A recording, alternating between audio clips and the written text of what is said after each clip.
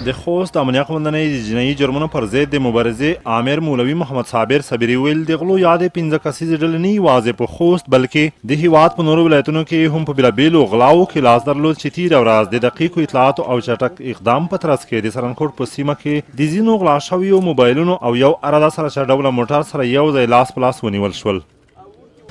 د خوست ولایت امنیه قومندانۍ بیدارو منصوبینو تېره ورځ د کلندر ولسوالۍ د سارنکوټ په سیمه کې د غلو یوه 15 کسیزه ډله نیولې ده. یاد غله چې د هیواد په مختلفو ولایتونو کې مختلفې غلاوې کړي دي، په لسګونه موبایلونه له دوی سره لاس په لاس نیول شوي او یو عراده سپین سراچه موټر هم ورسره نیول شوی ده.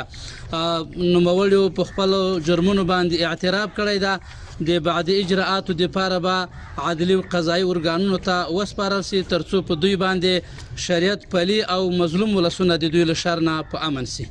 بلخو د خوست امنیه قومندانۍ مطبوعاتي ویان طاهر احرار ډاډ څرګند کړ چې امنیتي ځواکونه بشپړ چمتووالی لري چې پر وخت د هر ډول ناوړه کړنو مخه ډب کړي او نه هم چاته اجازه ورکوي چې عامه نظم ګډوډ کړي. خوست میشتو ته په کامله معنا بشپړ ډاډ ورکوو چې ان شاء الله العزیز د خوست امنیه قومندانۍ اړوند تل ځواکونه د خوست په لویشت خاوره خوځنده فعال دي او ان شاء الله العزیز چاته اجازه نه ورکوو چې د خوست په مربوطاتو کې ناوړه کړنې ترسره کړي. ان شاء الله هر هغه شوم هدف به د خدای تعالی په مرسته نړول کیږي چې ولسونه ورڅخه رنځ وړي او د شته خوندیتوب په وړاندې ستونزې راپورته کوي.